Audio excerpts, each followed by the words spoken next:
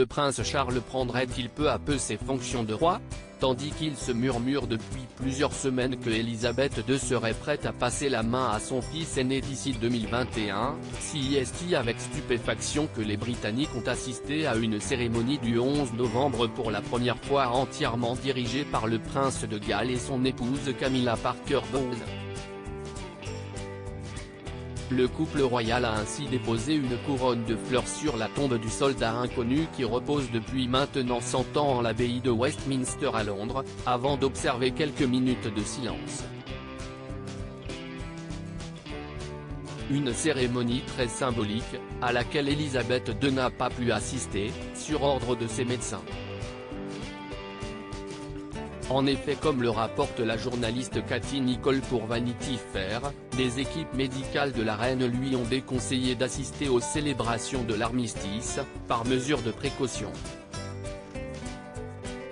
Il faut dire que depuis le début de la pandémie de Covid-19, les médecins d'Elisabeth II sont plus vigilants que jamais et s'appliquent à ce qu'elle soit le moins exposée possible au virus. Ainsi, si estime masqué qu'elle est apparue lors du Remembrance Sunday, le dimanche du souvenir, le 7 novembre dernier, et à 1 mètre de distance de toutes les personnes qui l'entouraient, avant de rejoindre son château de Windsor pour se confiner avec le prince Philippe.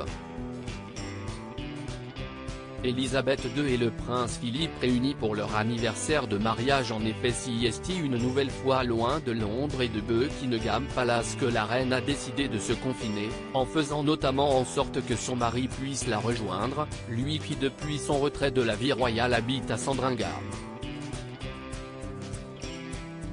L'occasion pour le couple royal de célébrer leur anniversaire de mariage le 20 novembre prochain, tandis que Elisabeth II, si elle apparaît beaucoup moins en public depuis le début de l'épidémie, voit ce temps confiné comme une façon de profiter de la présence de son mari. Tous ceux qui l'ont vu récemment disent que la reine semble mener une nouvelle vie car elle a adoré la chance de passer du bon temps avec Philippe, racontait un proche de la souveraine, ajoutant que c'est la première fois depuis des années que la reine peut passer du temps de qualité avec son mari.